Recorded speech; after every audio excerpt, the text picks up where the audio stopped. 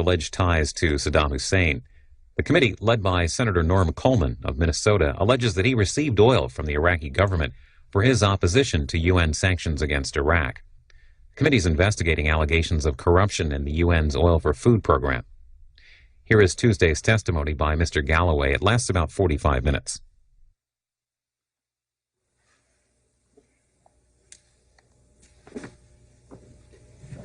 Mr. Galloway, I'm pleased to have you before the committee today. What I'm going to do is briefly summarize the evidence before I give you a chance to give your sworn testimony. The Oil for Food program was used to support those who were favorable to Iraq. Former Iraqi Deputy Prime Minister Tariq Aziz and Iraqi Vice President Taha Yassin Ramadan confirmed this. I would think that you would admit that your efforts to oppose the sanction were well received by the regime. I know it's been quoted to you many, many times, but your, I would say, infamous statement to Saddam Hussein on January 21st, 1994, where you said to Saddam, Your Excellency, Mr. President, I greet you in the name of many thousands of people in Britain who stood against the tide and opposed the war and aggression against Iraq, continue to oppose the war by economic means, which is aimed to strangle the life out of the great people of Iraq. You then went on to say he greets you in the name of the Palestinian people. You went on to note that I thought the President would appreciate knowing that even today, 3 years after the war, I still meet with families who are calling their newborn son Saddam. You went on, ultimately, at the very end, to say, Sir, I salute your courage, your strength, your indefatigability, and I want you to know that we are with you, and I believe it was in Arabic, Hatta al-Nasr, Hatta al-Nasr, Hatta al-Quds, which means until victory in Jerusalem. And I also would note that you have stated that you deeply regret those comments and that the comments were not aimed directly at Saddam, but they were aimed at the Iraqi people. In the fall of 1999, you headed a 2-month London to Baghdad bus trip to gain support for lifting the sanctions on Iraq. We have your name on Iraqi documents, some prepared before the fall of Saddam, some after, that identify you as one of the allocation holders, that your allocations were then used by Fawaz Zerkat operations operating under the name of Iridium Petroleum and the Middle East Advanced Semiconductor to actually lift the oil. We know, too, based on the statements of former Iraqi officials as well as some documents, and in the cases of Vladimir Zhirinovsky and Alexander Volshin, correspondence and documents, that allocation holders knew that surcharges or oil allocations were paid to Saddam Hussein, and that allocation holders were aware of this and responsible for the payments. We have also heard testimony regarding several documents retrieved from the Iraqi Ministry of Oil that demonstrate how Iraq allocated oil to its friends and allies. Exhibit 13, which you've seen, displayed a SOMO chart that demonstrated Vladimir Zhirinovsky's dealing with Machino Import in Phase 11. That chart also lists contract M1104 with Middle East Advanced Semiconductor. Footnote 93, heard testimony regarding a SOMO commercial invoice dated June 27, 2002 that shows Middle East Semiconductor loaded 2,360,860 barrels of Iraqi crude oil pursuant to SOMO crude oil sales contract M1104. Exhibit 12, we heard testimony regarding correspondence from the executive director of SOMO to the Iraqi oil minister providing details of contract M1104 and listing your name in parentheses next to Middle East Advanced Semiconductor and Fawaz Zerkat, who we know lifted the oil. Again, statements of detainees, including former Vice President Ramadan, confirmed that the name in parentheses, your name, is the allocation holder. We heard testimony regarding contract M1104, which was signed on December 12, 2001 between SOMO and Fawaz Zerkat, president of Middle East Advanced Semiconductor. We heard testimony regarding a SOMO commercial invoice, B13201, that shows Iridium Petroleum lifted 1,014,403 barrels of Iraqi oil pursuant to SOMO crude oil sales contract M923.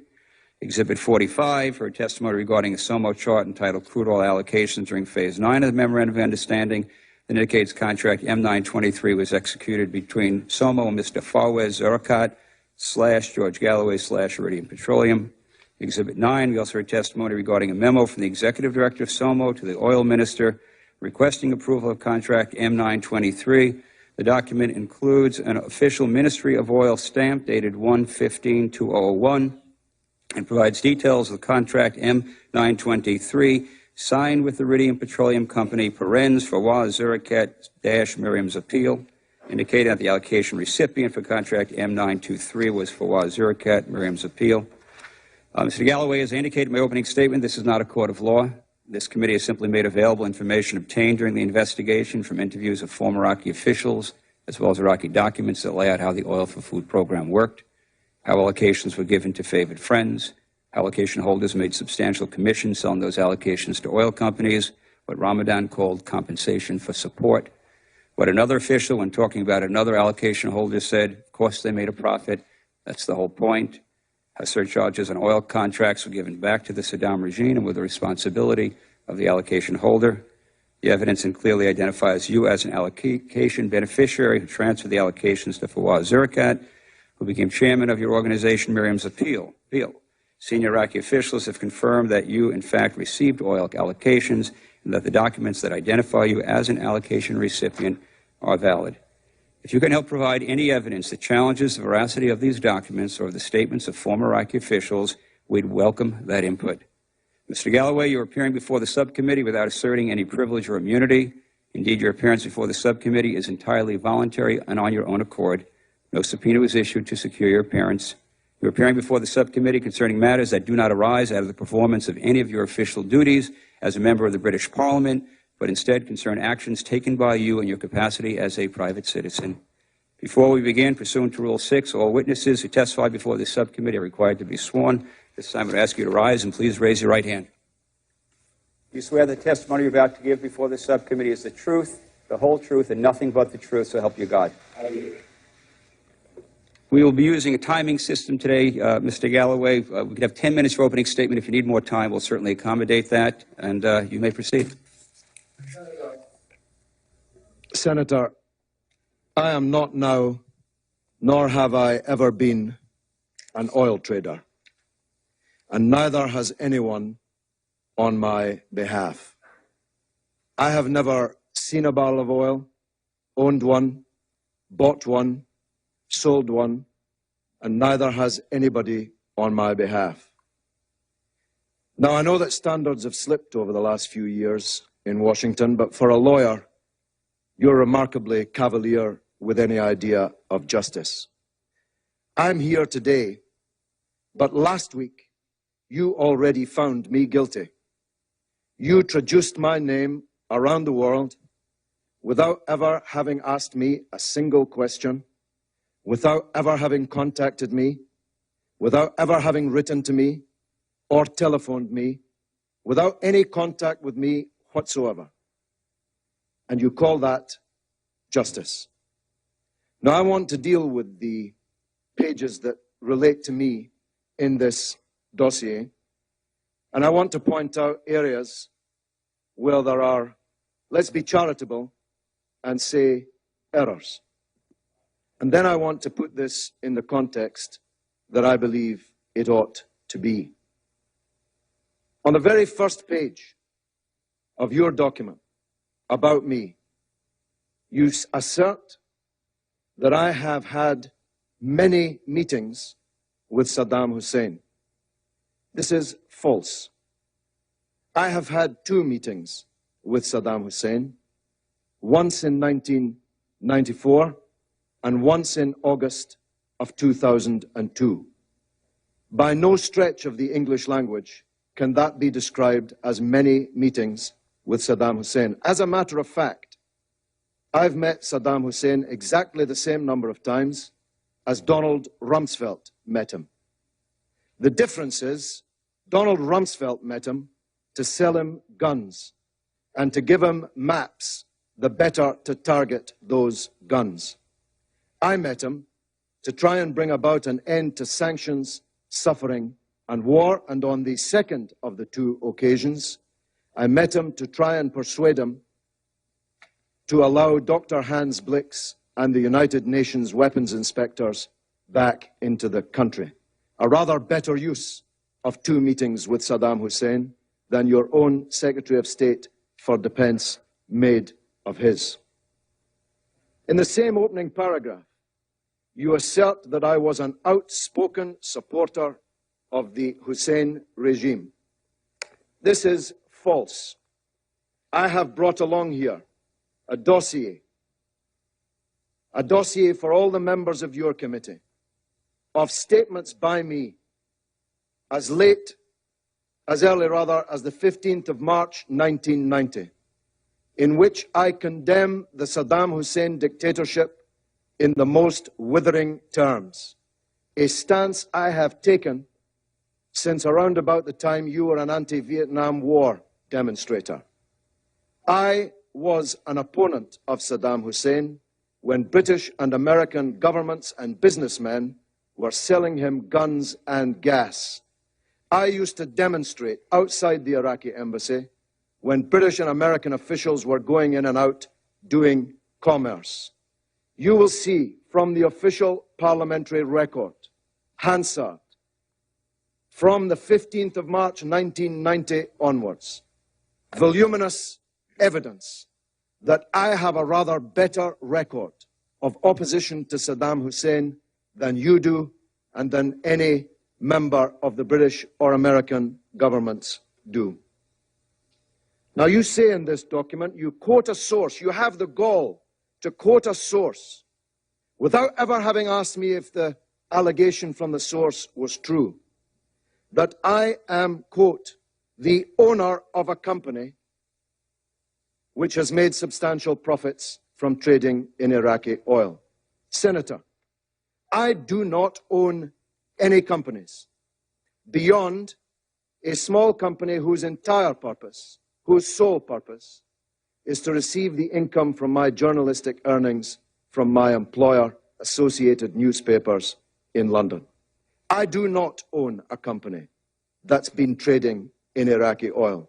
And you had no business to carry a quotation, utterly unsubstantiated and false, implying otherwise. Now, you have nothing on me, Senator, except my name on lists of names from Iraq, many of which have been drawn up after the installation of your puppet government in Baghdad.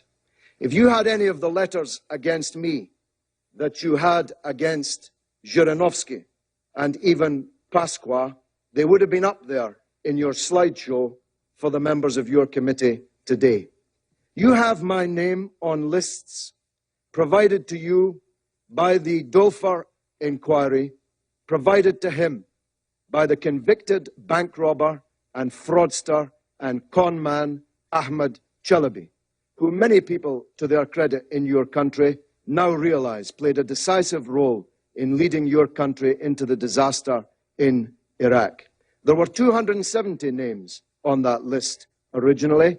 That's somehow been filleted down to the names you chose to deal with in this committee. Some of the names on that committee included the former secretary to His Holiness Pope John Paul II, the former head of the African National Congress presidential office, and many others who had one defining characteristic in common. They all stood against the policy of sanctions and war which you vociferously prosecuted and which has led us to this disaster. You quote Mr. Taha Yassin Ramadan. Well, you have something on me. I've never met Mr. Taha Yassin Ramadan. Your subcommittee apparently has. But I do know that he's your prisoner.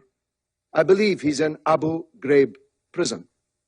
I believe he's facing war crimes charges, punishable by death. In these circumstances, knowing what the world knows about how you treat prisoners in Abu Ghraib prison, in Bagram Air Base, in Guantanamo Bay, including, I may say, British citizens being held in those places. I'm not sure how much credibility anyone would put on anything you managed to get from a prisoner in those circumstances. But you quote 13 words from Taha Yassin Ramadan, whom I have never met. If he said what he said, then he is wrong. And if you had any evidence that I had ever engaged in any actual oil transaction, if you had any evidence that anybody ever gave me any money, it would be before the public and before this commitment today. Because I agreed with your Mr. Greenblatt. Your Mr. Greenblatt was absolutely correct. What counts is not the names on the paper. What counts is where's the money, Senator. Who paid me hundreds of thousands of dollars of money? The answer to that is nobody. And if you had anybody who ever paid me a penny, you would have produced them here today. Now you refer at length to a company named in these documents as Iridio Petroleum. I say to you under oath here today, I have never heard of this company. I have never met anyone from this company. This company has never paid a penny to me, and I'll tell you something else. I can assure you that Iridio Petroleum has never paid a single penny to the Mariam Appeal campaign. Not a thin dime. I don't know who Iridio Petroleum are, but I dare say if you were to ask them, they would confirm that they have never met me or ever paid me a penny.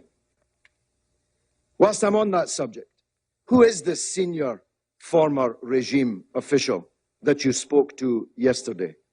Don't you think I have a right to know? Don't you think the committee and the public have a right to know who this senior former regime official you were quoting against me, interviewed yesterday, actually is?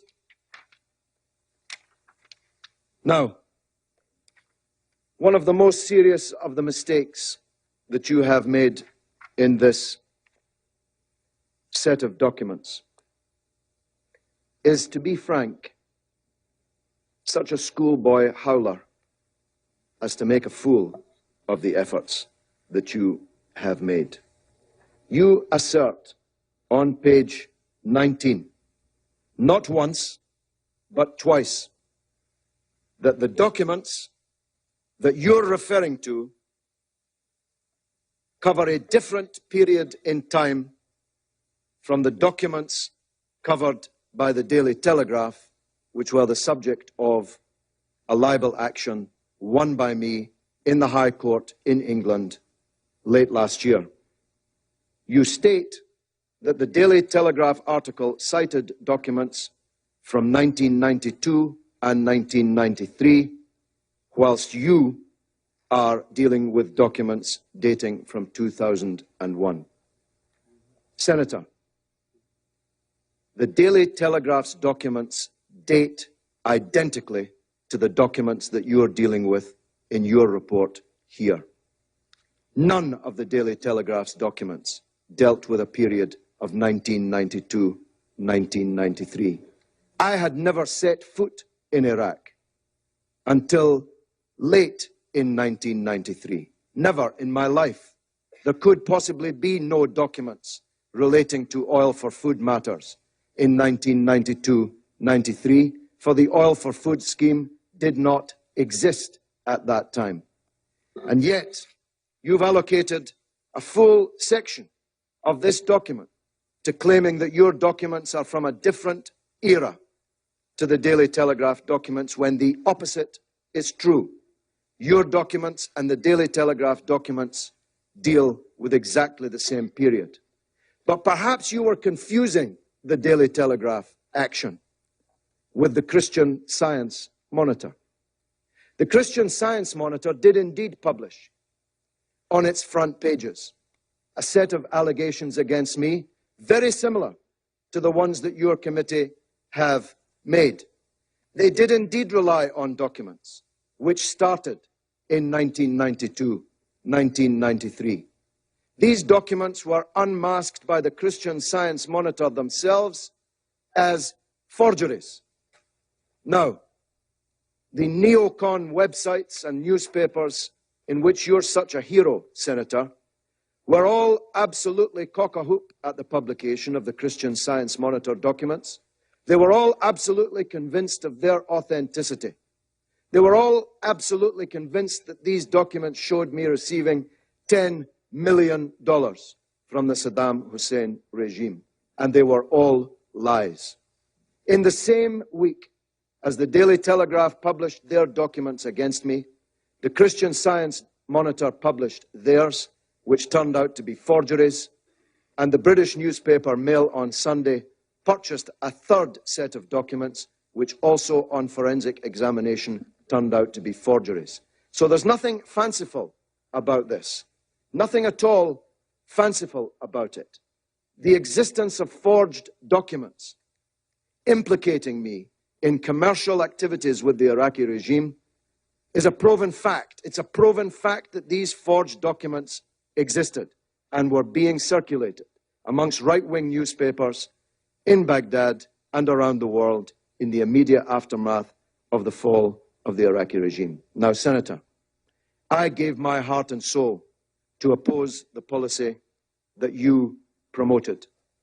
I gave my political life's blood to try to stop the mass killing of Iraqis by the sanctions on Iraq, which killed 1 million Iraqis, most of them children. Most of them died before they even knew that they were Iraqis, but they died for no other reason other than that they were Iraqis, with the misfortune to be born at that time. I gave my heart and soul to stop you committing the disaster that you did commit in invading Iraq. And I told the world that your case for the war was a pack of lies. I told the world that Iraq, contrary to your claims, did not have weapons of mass destruction. I told the world, contrary to your claims, that Iraq had no connection to Al-Qaeda.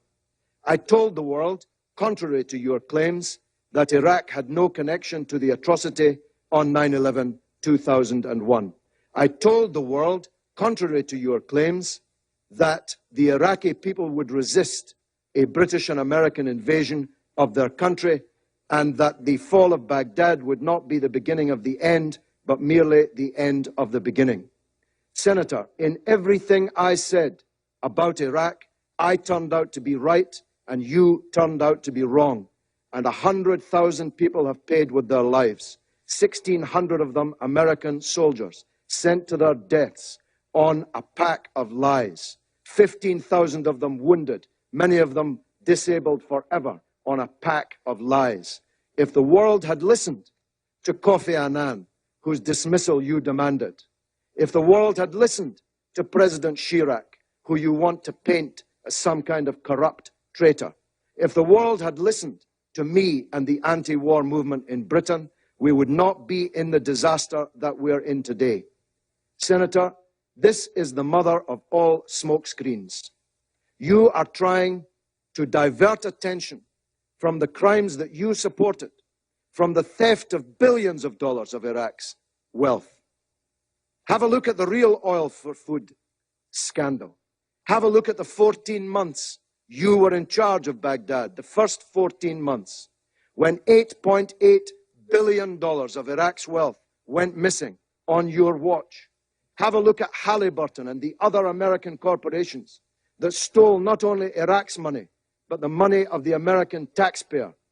Have a look at the oil that you didn't even meter, that you were shipping out of the country and selling, the proceeds of which went who knows where. Have a look at the $800 million you gave to American military commanders to hand out around the country without even counting it or weighing it. Have a look at the real scandal breaking in the newspapers today, revealed in the earlier testimony in this committee, that the biggest sanctions busters were not me or Russian politicians or French politicians. The real sanctions busters were your own companies with the connivance of your own government. Thank you, Mr. Galloway. Mr. Galloway, can we start by talking about Fawaz Zirakat? Do you know the individual? I know him very well. In fact, you were best man at his wedding? I was. And at some point in time, he became chair of Miriam's Appeal, is that correct? He did, yeah. And can you tell me when that occurred? I think in late 2000 or early 2001. Before Mr. Zirakat was chair of Miriam's Appeal, who had that position? I was the founding chairman. Was there somebody in between you and Mr. Halford? And do you recall when he had that position? I don't. Mr. Zirakat was a significant contributor to Miriam's Appeal, is that correct? He was the second biggest contributor. The main contributor was Sheikh Zayed, the ruler of the United Arab Emirates, which you've glossed over in your report because it's slightly embarrassing to you. And the third major contributor was the Crown Prince of Saudi Arabia, which you've equally glossed over because it's embarrassing to you. And how much both of those individuals are your friends. How much did Mr. Zarakat contribute to Miriam's appeal? Roughly 375,000 English pounds. About $600,000 American? Well, I don't know the conversion, but it's 375,000 sterling. If you can, and he was, by the way, Mr. Zarakat was your representative, designated representative for the activity of Miriam's appeal, is that correct? For the activities of the Miriam appeal, yes. And when did he get that position? I think late 2000. Late 2000. Looking at Exhibit 9, and I think you have the books in front of you.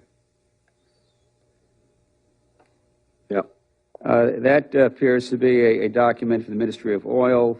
Testimony has indicated that the signature is an accurate signature. Do you have any reason to believe that document's false?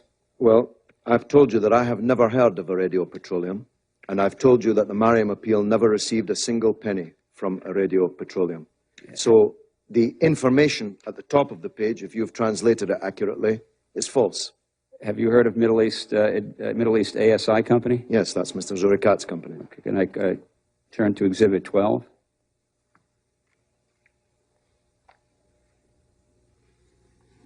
It's 12 or 11? Yeah, 12. Yep.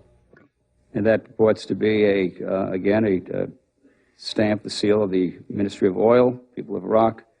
And this purports to be showing the details of a contract signed with Middle East ASI Company, Mr. George Galloway, and for Fawaz Zarakat. So Middle East ASI is Mr. Zarakat's company? Middle East ASI is Mr. Zurikat's company. He may well have signed an oil contract. It had nothing to do with me. He was chair of Miriam's appeal in 2000, so I take it you knew him well. Did he ever talk to you about his dealings in oil with Iraq? He did better than that. He talked to everybody. He talked to every English journalist that came through Baghdad, who he helped, at our request, to get the interviews and get the places that they wanted and needed to go.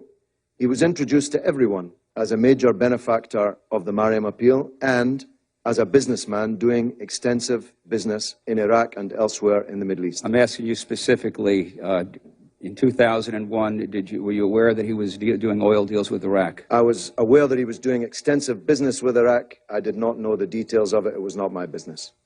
So this is somebody who's the chairman of your committee that you know well, and you're not able to say that he was... Well, there's a lot of contributors I've just been checking to your... There's not many at that level, Mr. Galloway. Oh, no, let me assure you there are. I've checked your website. There are lots of contributors to your political campaign funds. I don't suppose you ask any of them how they made the money they give you. Certainly not at $600,000 American. But let me again ask the question. Just the record is clear. You need to be clear on the record that you're not contesting then the validity of document 12, exhibit 12. You're indicating that Mr.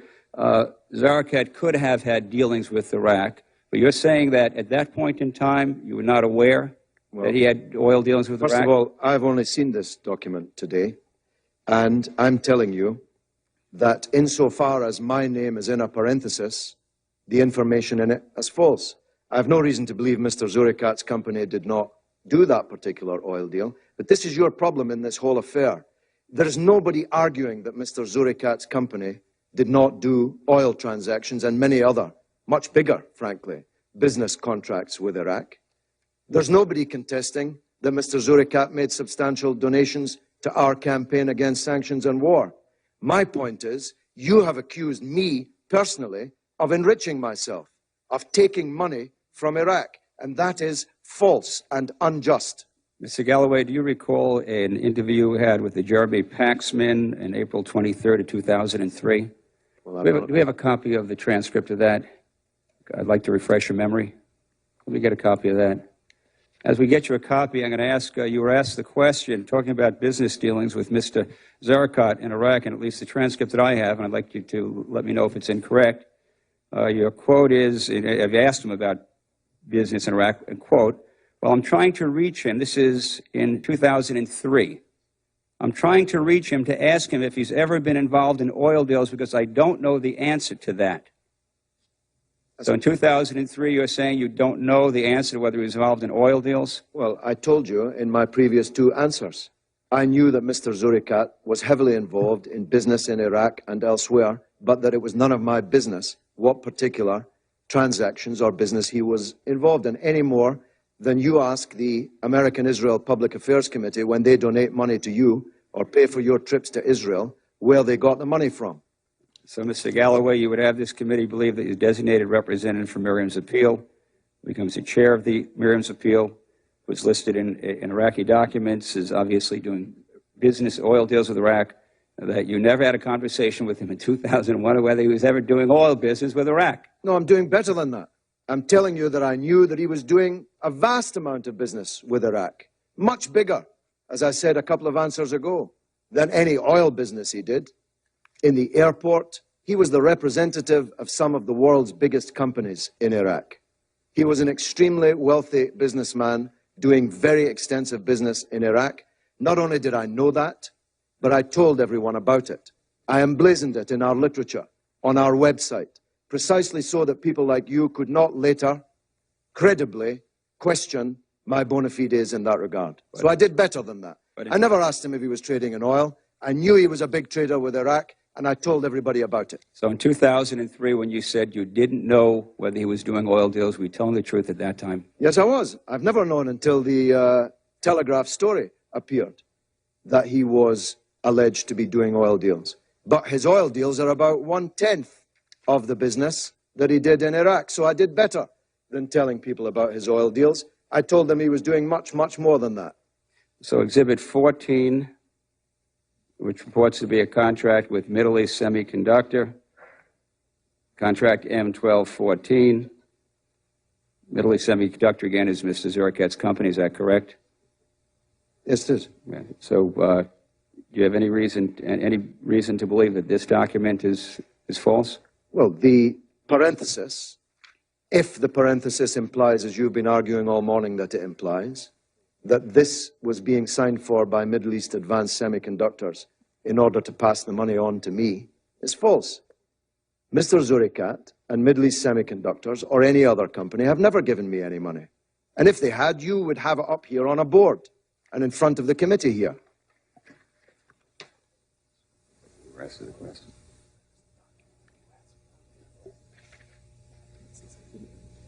I take it, Mr. Galloway, that in regard to any surcharges paid to Saddam, and I think it's footnote 89, which refers to the surcharge for the contract focused on Miriam's appeal, you're saying that that document, first of all, any contract between Iraq and Miriam's appeals is false?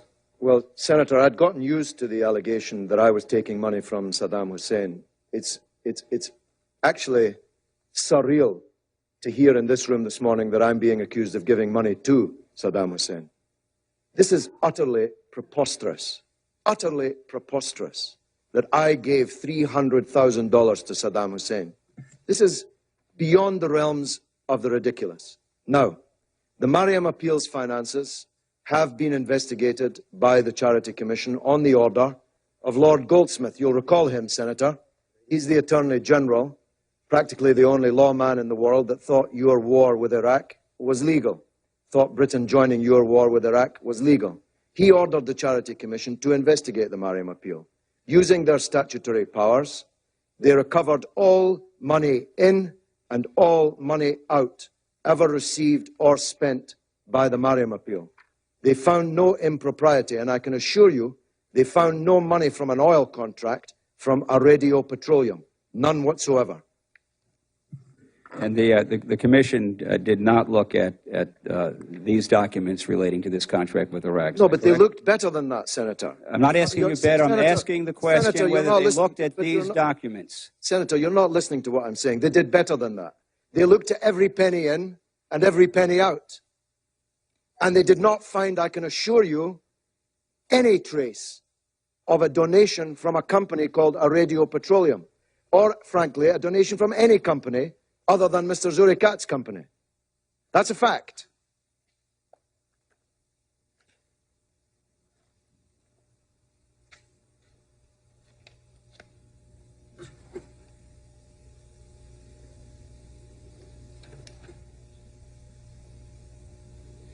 If I can get back to Mr. Zurigat one more time. Do you recall a time when you specifically had a conversation with him about oil dealings in Iraq? I've already answered that question. I can assure you, Mr. Zurikat never gave me a penny from an oil deal, from a cake deal, from a bread deal, or from any deal. He donated money to our campaign, which we publicly brandished on all of our literature, along with the other donors to the campaign. Again, Mr. Galloway, a simple question. I'm looking for either a yes or no. Do you ever have a conversation with Mr. Zurikat where he informed you that he had oil dealings with Iraq, yes or no? Not before this Daily Telegraph report, no. Senator Levin? Thank you. Thank you, Mr. Galloway. Mr. Galloway, could you take a look at the exhibit number 12?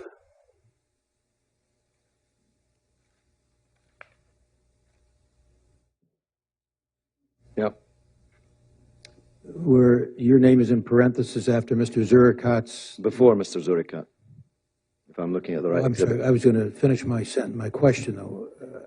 My question was where your name is in parentheses after Mr. Zurikat's company's name. I apologize, Senator. That's all right.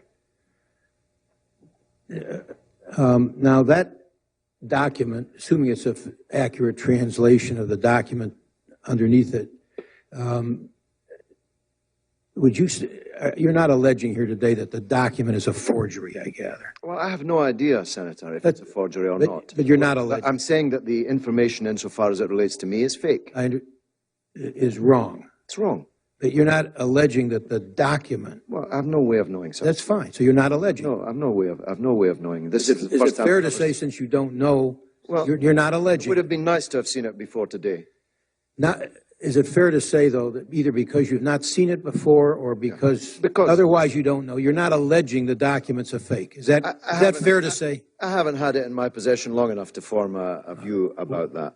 All right. Would you let the subcommittee know after you've had it in your possession long enough whether you consider the document a fake? Yeah, although there is an academic quality about it all, Senator Levin, because you've already found me guilty before you actually allowed me to come here and speak for myself. Well, in order to attempt to clear your name, would you let let's be clear about something. Now, let me finish my question. Let me be clear about that, first of all. Would you submit to the subcommittee, after you've had a chance to review this document, whether or not, in your judgment, it is a forgery? Will you do that? Well, if you'll give me the original. I mean, this is not, presumably you wrote this English translation. Yes, and there's a copy underneath it of the... Yes, there is a copy of a grey blur. If you'll give me the original... Copy of the original. You'll give me the original in a decipherable way, then of course that'd be fine. We would appreciate that. Yeah. Now, if at the bottom of this document, assuming it's not a forgery for a moment, it says surcharge. Are we together? Yeah.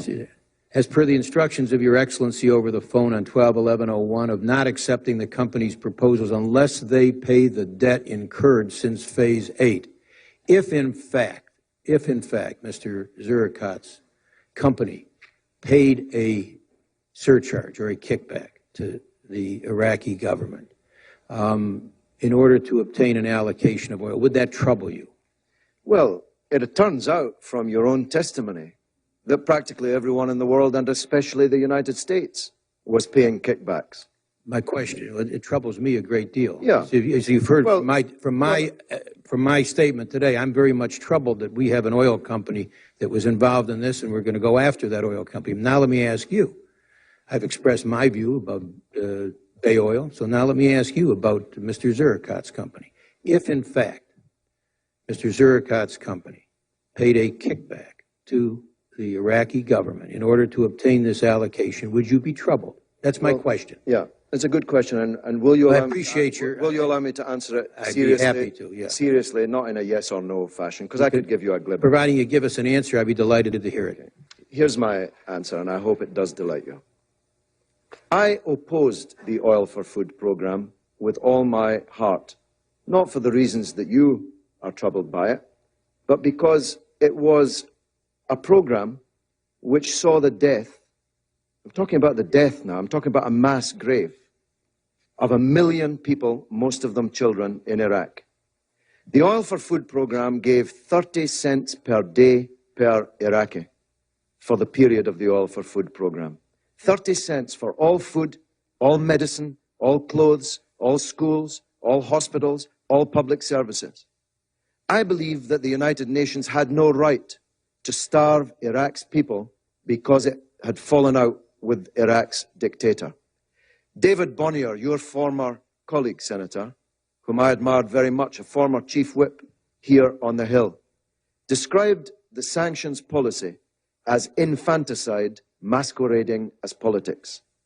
Senator Coleman thinks that's funny, but I think it's the most profound description of that era that I have ever read. Infanticide masquerading as politics. So I opposed this program with all my heart. Not because Saddam was getting kickbacks from it, and I don't know when it's alleged these kickbacks started. Not because some individuals were getting rich doing business with Iraq under it, but because it was a murderous policy of killing huge numbers of Iraqis. That's what troubles me. That's what troubles me. Now, if you're asking me, is Mr. Zurikat in some difficulty, like all the other companies that it would appear paid kickbacks to the Iraqi regime? No doubt he is, although it would appear he's quite small beer compared to the American companies who were involved in the same thing. Now my question. That's what I told you. What troubles me, I'm asking you. Would it trouble you? My question now that you've given us your statement about your feeling about the Oil for Food program, my question is, would you be troubled if you knew that Mr. Zurikat paid a kickback in order to get an allocation of an oil contract? That's a very simple question. It's Mr. Zurikat's problem, not mine. It would not trouble you. It's Mr. Zurikat's problem, not mine. And so that if a kickback, which was illegal under international, now you may not agree with the UN, but that's the international community that you're attacking, which is fine. You're entitled to do that. You're entitled, and I'll defend your right to do it. But you're attacking a UN program, which is your right to do, which was aimed at providing humanitarian assistance to try to alleviate the problems that the sanctions provided, which is your right to do. But my question, which you are so far evading, is, would you be troubled if that UN Oil for Food program was being circumvented by the kind of kickbacks which were taking place and being given to Saddam Hussein in order to obtain allocations under that program if Mr. Zurikat participated in that kickback scheme which violated the UN saying, you may not have agreed with it, but it violated the program. Would it trouble you if he violated that UN program in that way? That's my question. Senator, there are many things. I know other things trouble you, but can you just give us a straightforward answer? You've given us a long explanation of other things that trouble you, which is your right. Now I'm asking you whether that troubles you. It troubles me that it might put him in difficulty. It troubles me that it might now lead to a prosecution of him. It troubles me that this will be further smoke in the smokescreen. But I, root and branch, opposed this Oil for Food program. There's a lot of things you oppose, but you don't believe should be circumvented in illegal ways, isn't that? Well, please, Senator, you supported the illegal attack on Iraq. Don't talk to me about illegality. Sorry about that, I didn't. But that's beside the point. Well, that's beside the point. You're wrong on your facts. I'm collectively talking about the Senate, not you personally. Well, it's okay. That's all right. Let me go back to my question. I don't want to get. I don't want to get involved. I don't want to get involved in. Why not? You want to talk about illegality? No. You launched an illegal war which has killed 100,000 people. Let's try. You want me to be troubled about? No, I want you to answer. I want you to answer questions which are fairly put and directly put to you. Now I'll ask you two last questions. If Mr. Zurikat's contributions to Miriam's appeal came from the sale of oil, or his share of a sale from oil, which he was able to obtain because he paid a kickback in violation of the UN program, would that contribution trouble you? That's my question. Well, Senator, If you can't give a short answer, I'll give as short as I can, and I appreciate your fairness in this. Fundraising for political purposes is seldom pretty, as any American politician could testify. I took the view, I can be criticized for it, have been criticized for it, that I would fundraise from the kings of Arabia, whose political systems I have opposed all my life, in order to raise funds for what I thought was an emergency facing a disaster. And I did not ask Mr. Zuricha which part of his profits from his entire business empire he was making donations to our that wasn't campaign my from. question. My question Well, was, would it, no, my question is, would it trouble you if you found that out? And it's okay. You're not going to answer it. It's clear to me. I want to go to my next question. All right. You're just simply not going to answer it. I will say, American politicians who find the source of money after it's given to them is troubling.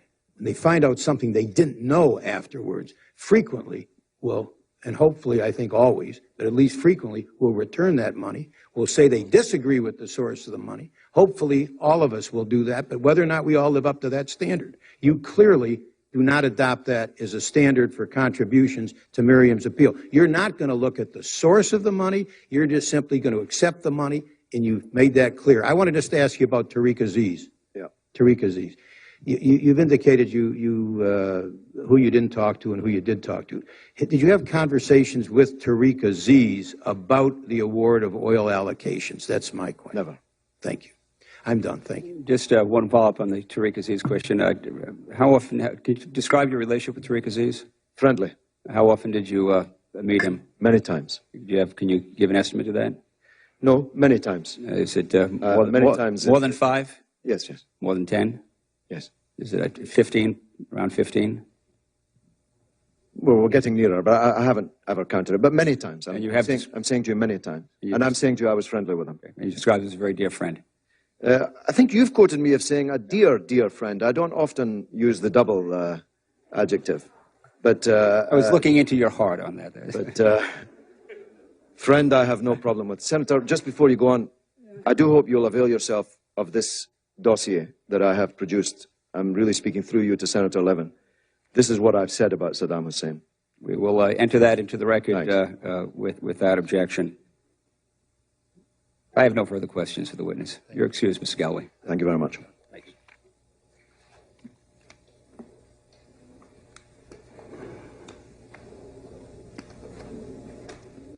Was there a vote on? Did we have a vote? Take a look at that. It's either a recess or a vote. Huh? Looks like either a vote or a recess. 15-minute vote at 12:06. What? 15-minute vote at 12:06. We have a vote. The hearing will be recessed. We have one more time. We'll be recessed for 20 minutes.